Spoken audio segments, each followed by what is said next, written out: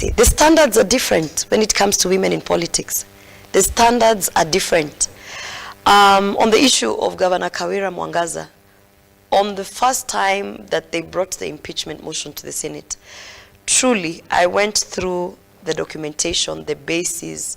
I was keenly, as a senator, playing my role on oversight and, trying to interrogate whether there were bases of her impeachment. And truth be told, there were no bases. There were no bases. Yeah. And at that particular time, I think maybe I came out strong to try and make the general public understand that because we are not used to women in politics and in leadership positions such as governors, then we find ourselves wondering, what do we do with the first gentleman? So it appears that the first gentleman is too involved.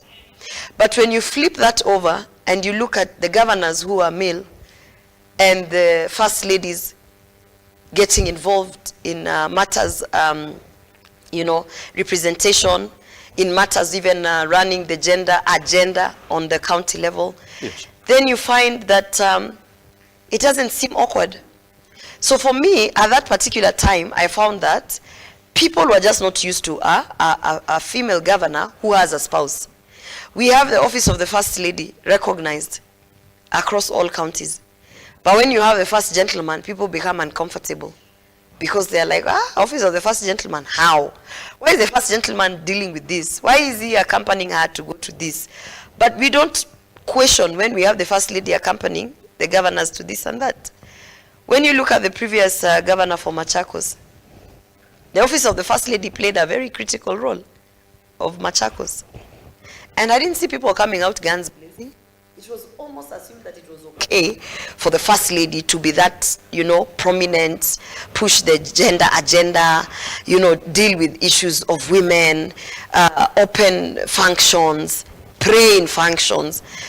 But when you flip that over and you have the First Gentleman of Meru, people say now it's too much. This is a family affair.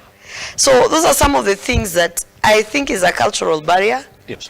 And we need to normalize that women are going to be in leadership and women are going to be governors.